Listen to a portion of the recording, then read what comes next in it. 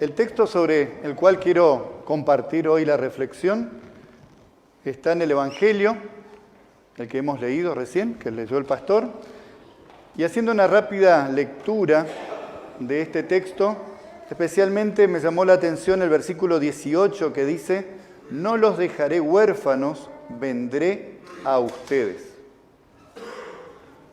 Como dijo el pastor al principio, qué interesante encontrarnos con tantas personas de distintos lugares. Beatriz decía que había recibido la bendición de su matrimonio aquí. Otros hace un tiempo que estuvieron, que están, que la pandemia nos hizo no reunirnos, pero ahora podemos nuevamente reunirnos. Y a mí, especialmente, hace 32 años que estuve como vicario. Muchos de ustedes no estaban, otros sí. Y realmente es una alegría reencontrarnos con nuestros hermanos en la fe de distintos países, personas que están trabajando en el ministerio y que hoy podemos estar aquí reunidos. Recuerdo, hace 32 años atrás, cuando vine aquí, estaba un poco asustado, lejos de mi país, la primera vez que había salido de Argentina. Gracias a Dios me había casado justamente unos meses antes, entonces tenía a mi compañera que estaba conmigo y de alguna manera tenía esa compañía. Pero también cuando llegué aquí me di cuenta que había muchos hermanos que me recibieron como uno más, ¿no? Y me hicieron parte de la familia de la fe. Y creo que esto, cuando vamos de un lugar a otro, es interesante ver cómo la familia de la fe nos acobija, ¿sí? Y nos hace sentir bien. Pensando en esto del texto que hemos leído, ¿no? Dice huérfanos. Y de alguna manera a veces nos sentimos un poco solos. A mí me pasó, pero rápidamente los hermanos, como decía, me acobijaron, me ayudaron. Pero recuerdo también en mi infancia, más o menos 12, 13 años, hijo de campesino, para seguir estudiando tuve que ir a un pueblo, San Vicente, en la provincia de Misiones, cerca de Cataratas del Iguazú. Estaba solo allí. De lunes a viernes, con 12, 13 años, estaba solo, tenía que cocinar, preparar la comida, tenía que hacer todas las cosas de la casa, estudiar. No tenía televisión, no había internet. Entonces era bastante solitaria la vida. Me sentía alejado, hijo único para colmo, entonces no estar con mamá y papá era bastante difícil. Pero no quiero imaginar aquel que no tiene padres, aquel que realmente es huérfano. No sé si alguien de ustedes está pasando por este momento o fue algún momento huérfano, pero cuán difícil debe ser el estar realmente solo. El texto está escrito en un lugar, en un momento especial donde Jesús, hablando con sus discípulos, le dice: no los dejaré huérfanos. Y en un momento muy especial porque ellos estaban con Jesús, pero Jesús estaba anunciando, por un lado, que Judas lo iba a traicionar. Que Pedro también le iba a negar. En toda esa situación todavía agregaba Jesús diciendo: yo los dejaré, me iré. Imagínense ustedes los discípulos en esa realidad, en esa situación. Es ahí donde el texto, capítulo 14, al principio dice: no los dejaré huérfanos, mejor dicho, no se turbe vuestro corazón, dice al principio del capítulo. Yo me voy a preparar un lugar donde está el Padre, para cada uno de ustedes, y volveré y los buscaré. Y más adelante dice: no quedarán huérfanos, yo le voy a enviar el Consolador. La promesa del Espíritu Santo. El saber que Dios, Jesús, estaba con ellos, que se iba a ir, pero le estaba prometiendo que el Padre le iba a enviar un Consolador. Alguien que lo iba a consolar, que lo iba a animar en todos los momentos de su vida. Y es importante recordar cómo Jesús, Dios, nuestro Dios, no solamente promete, sino que cumple. Y eso lo vemos cotidianamente en nuestra vida, cómo Dios cumple con todo lo que Él promete. Y justamente en unos pocos días vamos a recordar esto, ¿no? La venida del Espíritu Santo sobre nosotros, sobre su pueblo, sobre el pueblo de Dios. Pero así todo, también debemos recordar siempre lo que dice Jesús en Mateo, que no nos deja solos, que va a estar con nosotros todos los días hasta el fin del mundo. Y seguramente que esto se hace palpable en nosotros continuamente. Notamos, sentimos y vivimos esa presencia de Jesús en nuestras vidas. Y es importante aquí pensar en nuestra propia realidad, antes que lleguemos a la fe, antes de vivir este privilegio que tenemos. Estábamos todos huérfanos, todos estábamos alejados de Dios. Algo así como los discípulos estaban aquí turbados, también nuestra vida estaba en esa situación. Podemos también decir que nuestra vida estaba en la situación como el hijo pródigo, aquel que se había ido de la casa del Padre y se había alejado. Estábamos malgastando nuestra herencia, alejados de nuestro Dios. Pero ¿qué pasó? Así como Jesús dice, no los dejaré huérfanos, así también en nuestra vida, en algún momento Dios nos abrazó, como ese padre abrazó a su hijo que se había ido, lo abrazó. Cuán bueno hoy nos abrazamos y nos abrazamos fuertemente porque era una alegría reencontrarnos. Así también nuestro Padre Celestial en algún momento nos abrazó para que seamos parte de la familia. Y cuánta alegría debe sentir un huérfano cuando encuentra a su padre, a su tutor, o encuentra un hogar donde vivir. Y esto es lo que experimentamos nosotros. ¿Estás viviendo esto? ¿Estás sintiendo esto en tu vida? ¿Sos parte de esta congregación, de la familia de la fe?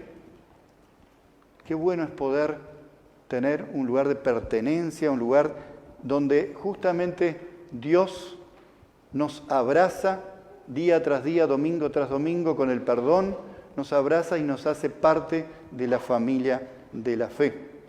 ¿Realmente sienten este privilegio de ser hijos de Dios? ¿Sí? Qué bueno, ¿no? Qué bueno que podamos vivir esto cada día. Es algo hermoso que estamos viviendo y el texto de 1 Juan dice que somos hijos de Dios. Somos llamados hijos de Dios y lo afirma y lo somos. Y esto es importante que podamos vivir cada día. Pero ¿qué pasa? Hay muchos afuera que aún no disfrutan de esto. ¿Estamos de acuerdo con esto? Hay muchos afuera que no están disfrutando esto. Entonces, ¿qué podemos hacer?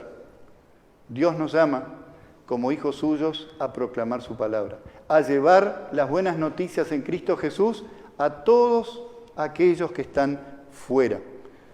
Hace unos días se habían reunido en el PLI, ¿sí? En el PLI, donde también se anima a llevar la palabra de Dios como matrimonios, cómo podemos compartir la palabra.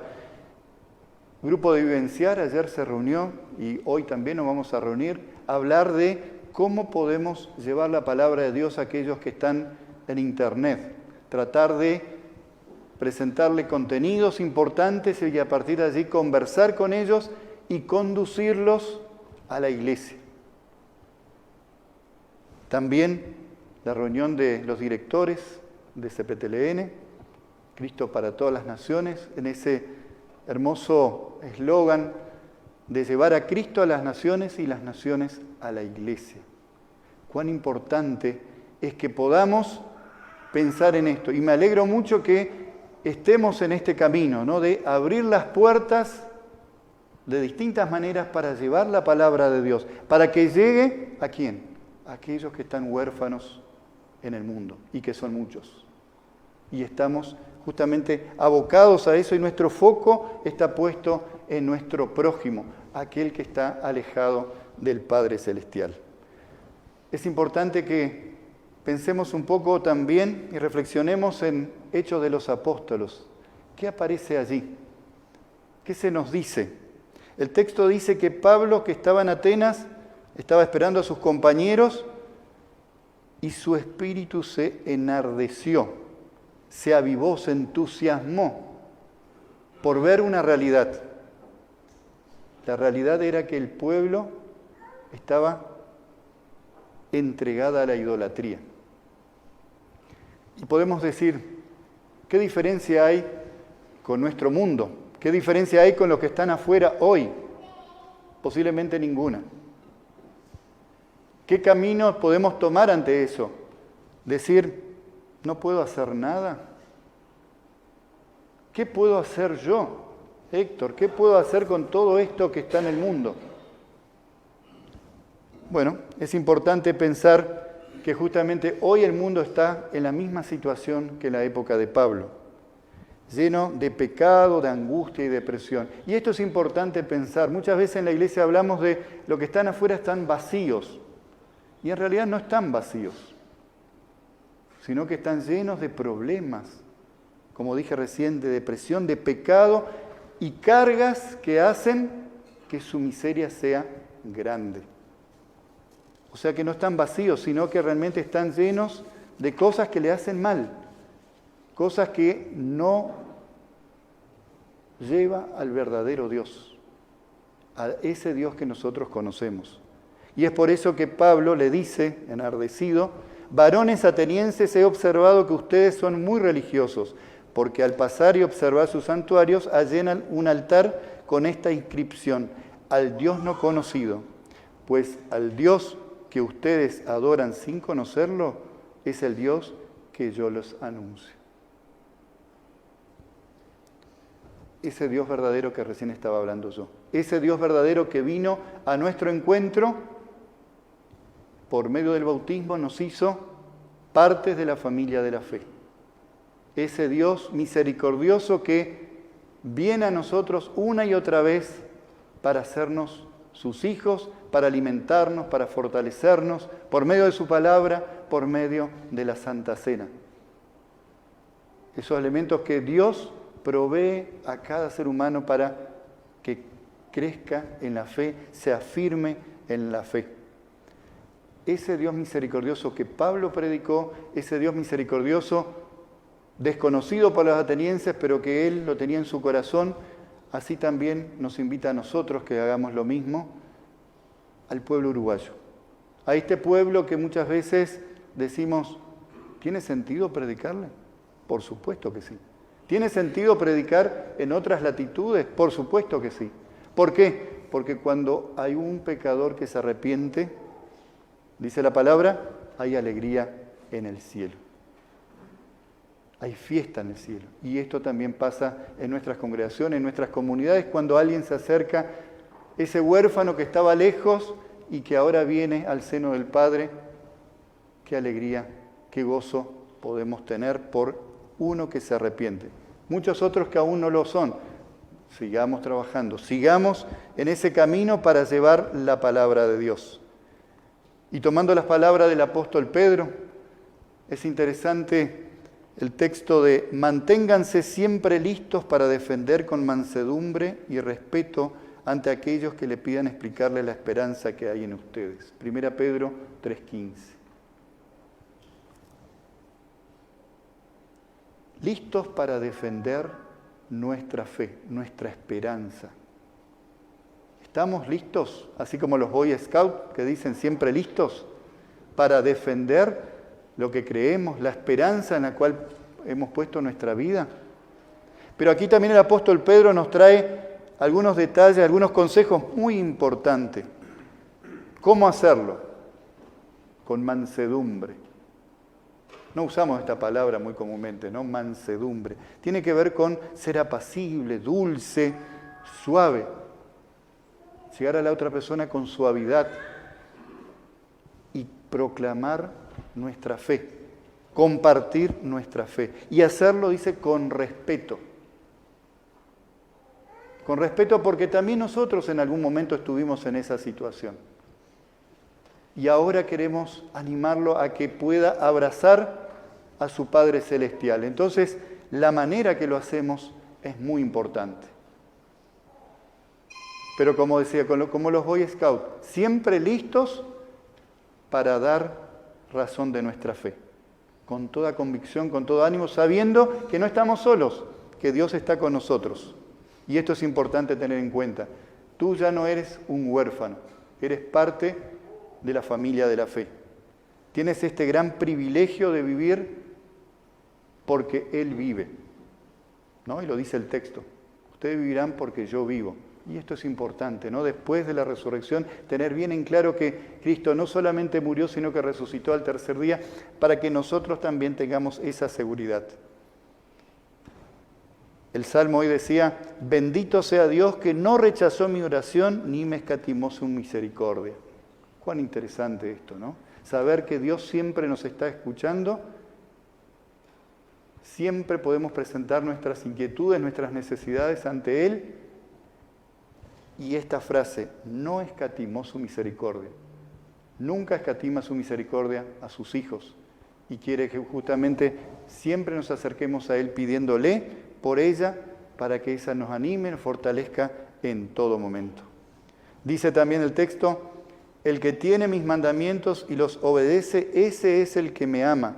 Y el que me ama será amado por mi Padre y yo lo amaré y me manifestaré a Él. ¿Cómo tomamos los 10 mandamientos? ¿Cómo pensamos o reaccionamos ante ellos? ¿Como una carga? Dios nos está dando los mandamientos no para que sea una carga, sino para nuestro bien. ¿Pensaron alguna vez en esto? Estas libertades que tenemos de adorar a Dios cada día de nuestra vida, el poder hacer la voluntad de nuestro Dios a cada instante, poder escuchar su palabra, poder tener a Dios en primer lugar en nuestra vida y tantos otros mandamientos, es para nuestro bien, para que permanezcamos fieles en esta nueva vida que Dios nos ha regalado, para que estemos caminando firmemente en esta vida que Dios nos ha regalado. Queridos hermanos, estamos también prontos para recordar Pentecostés, la venida del Espíritu Santo. Ese Espíritu Santo que el Señor nos prometió y que nos consuela, nos enseña todas las cosas que debemos hacer, todas aquellas enseñanzas que nuestro Señor Jesucristo nos ha dejado. Hoy lo tenemos en nuestro corazón, en nuestra vida. Él nos está guiando en todo momento. Así que adelante, proclamemos la palabra de Dios, animémonos mutuamente, cada uno en su función, en su servicio a la comunidad, en la comunidad, para llegar a cada huérfano que está alejado de Dios y poder traerlo a la familia de la fe. Oramos hoy por la fe de cada uno de ustedes, por mi fe, y oramos especialmente todos por aquellos que se van a acercar a esta iglesia o a otra iglesia en el mundo donde se proclama la palabra de Dios. Queridos hermanos, que en este momento también este día de la Madre, en algunos países, en Argentina no se festeja hoy, no se recuerda este momento tan especial, pero que también podamos pensar, así como las madres quieren que sus hijos siempre estén a su alrededor, así también el Padre Celestial quiere que cada uno de sus hijos esté en la familia de la fe. Animémonos con esto, sabiendo que nosotros aquí estamos, pero otros que aún no están, lo pueden hacer por la proclamación del Evangelio por medio de nuestros labios. Cristo quiere usarnos para dar testimonio de nuestra esperanza. Que así sea. Amén. Nos ponemos de pie. Que la gracia de nuestro Señor Jesucristo, el amor de Dios y la comunión del Espíritu Santo sea con cada uno de ustedes, ahora y siempre. Amén.